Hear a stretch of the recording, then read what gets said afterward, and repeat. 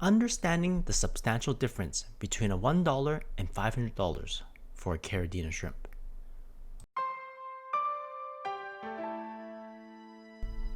Hey everyone! Have you ever wondered the difference between a $1 Caridina shrimp and a $500 one?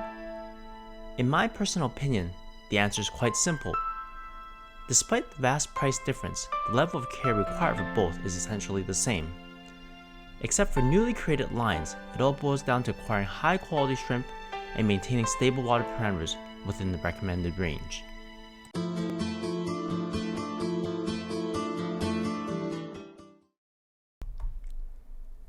Hey everyone, it's Ray from RW Aquarium Pages. I'm here to share my exciting journey in the world of planted aquariums, shrimp tanks, and everything in between. I'm a big believer in one of the pillars of successful shrimp keeping. Quality really does matter. However, it's important to note that there are some caveats to this theory, and price does come into consideration. When it comes to keeping shrimp, quality is definitely something to keep in mind.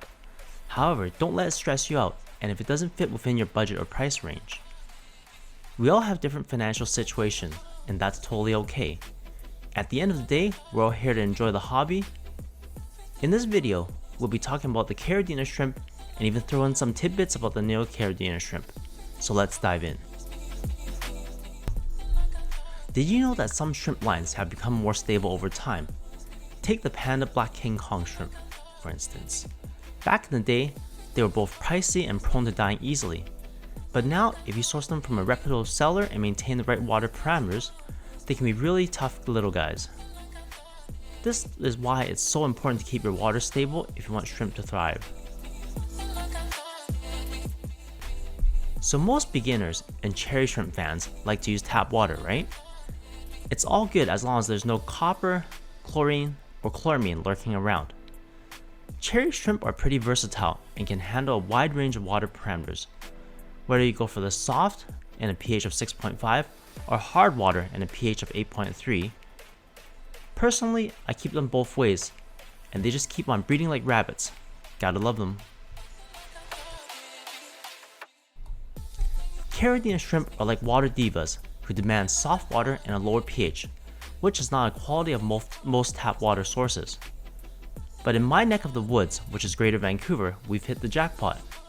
Our water is soft and neutral, and it's like sipping on RODI water. We're practically living in the shrimp dream. Although when it comes and rains heavily and the sediment increases, the water parameters does get a little shaken up. But that's Vancouver for you. The panda black King Kong shrimp. They used to be little delicate things that will set you back about $80 per shrimp. That was about 15 years ago. But nowadays, they've buffed up and they're ready to rumble. They have a price tag of about $15 per shrimp. If you catch them during a breeder's clearance sale, you might be able to snag them for just $7 each. Now that's a bargain that you can't resist. There are noticeable differences within the Caridina family. For instance, while the tangerine tigers, crystal red and black, and super crystal red and black are known to be highly prolific and relatively easy to keep, Taiwan or pinto shrimp may pose more of a challenge. Certainly, there are differences between a $1 and a $500 shrimp, but it's not always a straightforward comparison. The price of the shrimp depends on a couple factors, including its rarity, the genetics, and the breeding history. Typically, the more rare and desirable the shrimp is, the higher the price will be. However, when it comes to caring for shrimp, the effort required is quite similar, regardless of the price. Both a $1 Caridina shrimp and a $500 Caridina shrimp require stable water parameters and a suitable environment to thrive in. In the end, the difference between a $1 and a $500 shrimp comes down to personal preference and budget. It's important to choose quality shrimp that's within your price range and ensure that they've received proper care to ensure their health and longevity.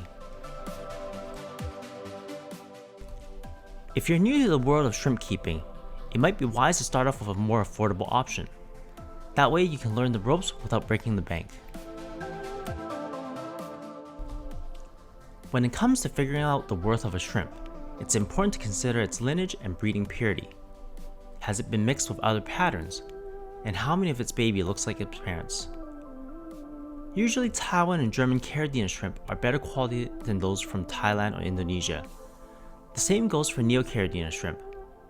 Better quality and sometimes pricier shrimp will give you mini-me versions of themselves, which is pretty cool.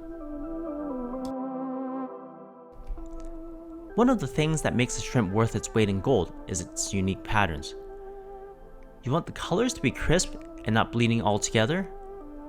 One of my personal favorites is spider legs with alternate red and white legs. And let's not forget about those big name lines like Vin and X2. They're basically the top of the shrimp world. They've got some seriously high quality shrimp that can go for up to $6,000 each. But don't worry, they've got cheaper grades and calls available also. I had a friend who spent a whopping $2,000 on a championship breeding pair of shrimp. Unfortunately, things didn't turn out as expected. Although the shrimp did breed 5 times in the year, they kept dropping their eggs and eventually stopped producing eggs and became too old to breed any further. As a result, my friend's investment went to a waste. Therefore, I recommend that you try young juvenile shrimp instead of adults or breeding pairs whenever possible. So here's the thing.